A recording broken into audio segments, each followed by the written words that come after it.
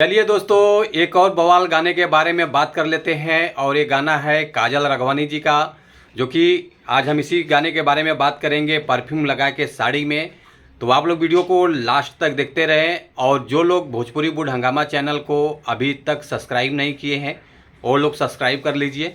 चलिए वीडियो को शुरू करते हैं। आज हम जिस गाने के बारे में आप लोगों से बात कर रहे हैं, फाइनली ये गाना रिलीज हो चुका है। वो आगे बात करेंगे किस चैनल से रिलीज हुआ है, पहले गाने के बारे में बात कर लेते हैं। इस गाने को गाया है सुमित सिंह चंद्रवंशी और शिल्पी राज जी, जो कि ये गाना डुएट सॉन्ग है, बहुत ज़बरदस्त गाना है।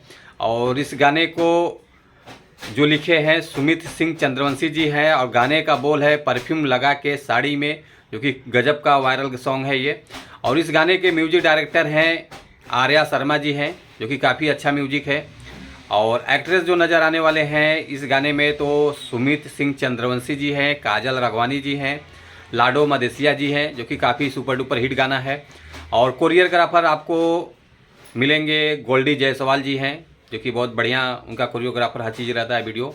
और ये गाना आप लोगों को देखने को मिलेगा लियो भोजपुरी चैनल के माध्यम से इस गाने को रिलीज़ किया गया है।